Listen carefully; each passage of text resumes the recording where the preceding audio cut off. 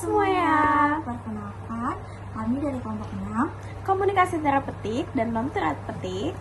Perkenalkan, saya Vinda Februsa Sabila dengan NIM 251711002 sebagai perawat tidak terapeutik dan pasien. Saya Isma Malena Zira dengan NIM 25107111001 sebagai perawat terapeutik dan juga pasien. Untuk kasusnya itu, Ibu Febri, 52 tahun, merupakan pasien dengan gagal ginjal kronis yang telah menjalani terapi hemodialisis atau cuci darah 2 kali dalam seminggu selama beberapa bulan terakhir. Sejak menjalani terapi tersebut, kondisi kesehatannya sering membuatnya mudah lelah dan tidak dapat beraktivitas seperti biasanya. Setiap kali menjalani cuci darah, anaknya harus mengantar dan menemaninya ke rumah sakit sehingga sering harus izin dari pekerjaannya. Kondisi ini membuat Ibu Febri mulai merasa bersalah dan menjadi beban bagi keluarganya. Ia merasa pengobatan yang dijalaninya membutuhkan biaya besar serta menyita waktu anaknya. Karena perasaan tersebut, Ibu Febri menjadi lebih pendiam, murung, dan sering menyimpan perasaannya sendiri. Ia juga merasa khawatir jika penyakitnya tidak akan sembuh. Pada suatu pagi di ruang perawatan, seorang perawat datang untuk melakukan pendekatan dan berbincang dengan Ibu Febri. Dalam percakapan tersebut, Ibu Febri mulai mengungkapkan perasaan sedih, rasa bersalah kepada keluarganya, serta kekhawatiran mengenai masa depan penyakitnya. Selamat pagi Ibu, perkenalkan saya Nes Zira, perawat yang bertugas pada pagi hari ini di ruang ini. Saya ingin meluangkan sedikit waktu untuk berbincang dengan Ibu dan mendengarkan bagaimana kondisi serta perasaan Ibu hari ini. Apakah Ibunya bersedia? Iya, tidak apa-apa. Seingat saya hari ini masih tidak enak badan. Terima kasih sudah bersedia berbicara dengan saya, Ibu. Saya melihat Ibu tampak agak murung ya, Ibu. Apa yang sedang Ibu rasakan saat ini, Ibu? Saya akhir ini saya merasa menyebabkan keluarga sejak sakit yang saya derita karena semuanya terasa berat. Saya mendengar Ibu juga merasa menjadi beban bagi keluarga ya, Ibu.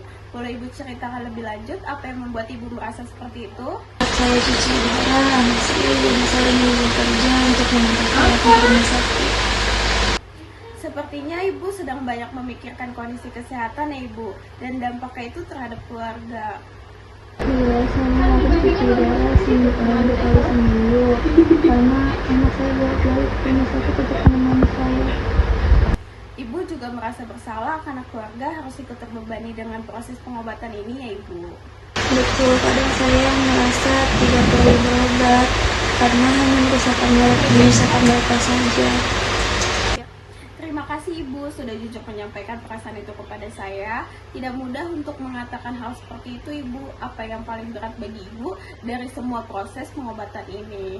Yang paling berat, saya melihat anak saya harus bekerja keras untuk berobat saya. Ibu juga sangat memikirkan kesejahteraan keluarga ya, Ibu. Itu menunjukkan bahwa Ibu sangat peduli dengan mereka. Saya hanya tidak mau menyusahkan mereka saja, sis. Perasaan khawatir seperti itu sangat wajar, Ibu. Banyak juga pasien merasakan hal yang sama ketika harus menjalani perawatan jangka panjang. Kadang saya hanya khawatir kalau penyakit saya tidak akan bisa sembuh. Saya bisa memahami bahwa ketidakpastian tentang penyakit dapat membuat Ibu merasa takut. Apa yang biasanya Ibu lakukan ketika perasaan itu muncul, Ibu? Biasanya saya hanya diam saja, memandangnya semuanya sendiri. Saya nggak mau semua keluarga saya khawatir dengan keadaan saya. Apakah Ibu pernah mencoba membicarakan perasaan Ibu kepada anak atau anggota keluarga yang lain, Ibu? Belum, saya takut mereka sedih. Jika Ibu berkenan, kita bisa mencari cara agar Ibu dapat menyampaikan perasaan tersebut dengan lebih nyaman kepada keluarga.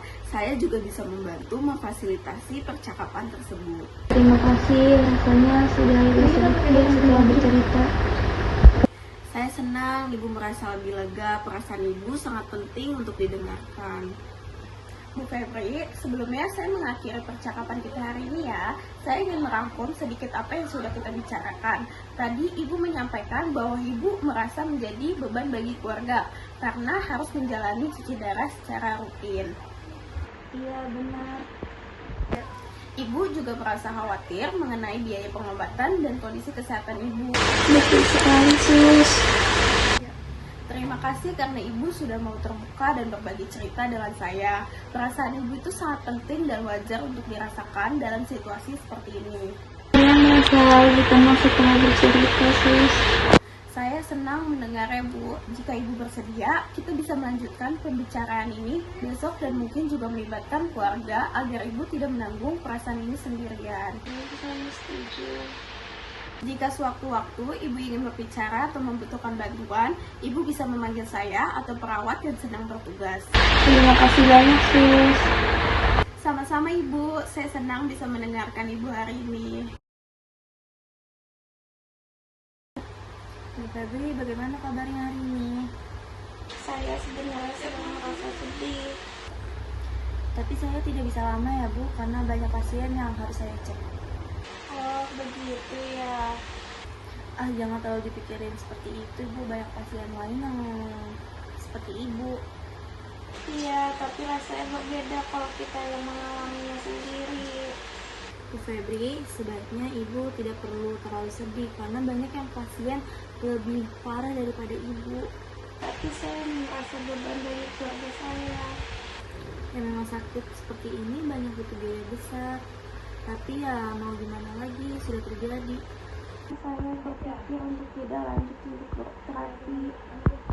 Jangan begitu Bu, kalau tidak terapi kondisi Ibu semakin parah. Terus lalu mau bagaimana? Saya masih khawatir tentang keluarga saya. Ya sudahlah Bu, jangan terlalu dipikirkan, yang penting Ibu ikut saja apa kata dokter. Dan saya merasa lelah untuk menjalani semua ini. Semua pasien juga merasa seperti itu Ibu, jadi Ibu biasa saja ya.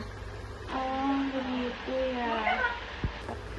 Bu Febri, saya harus pergi dulu ya, karena masih banyak pasien lain yang harus saya cek kondisinya. Baik, Nanti kalau ada keluhan lain, Ibu panggil saja perawat lain. terima kasih, Nas.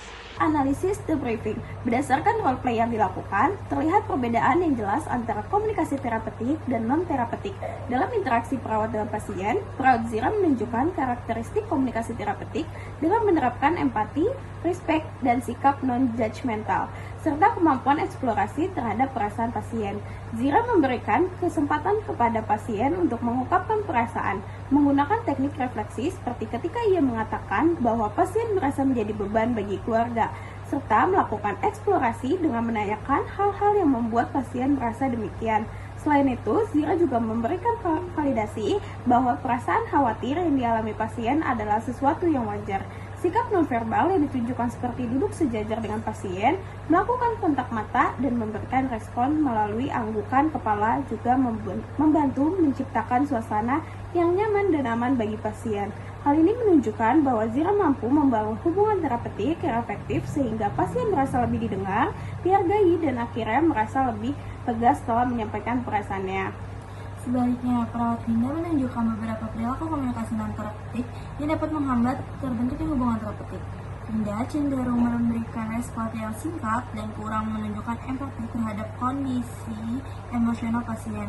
Pernyataan seperti banyak pasien lain juga seperti bapak atau ibu, jangan dipikirkan terlalu dalam membuat pasien merasa bahwa perasaannya tidak dianggap penting. Selain itu, perilaku nonverbal seperti melihat jam dan ponsel pada pasien, hal ini menyebabkan pasien tidak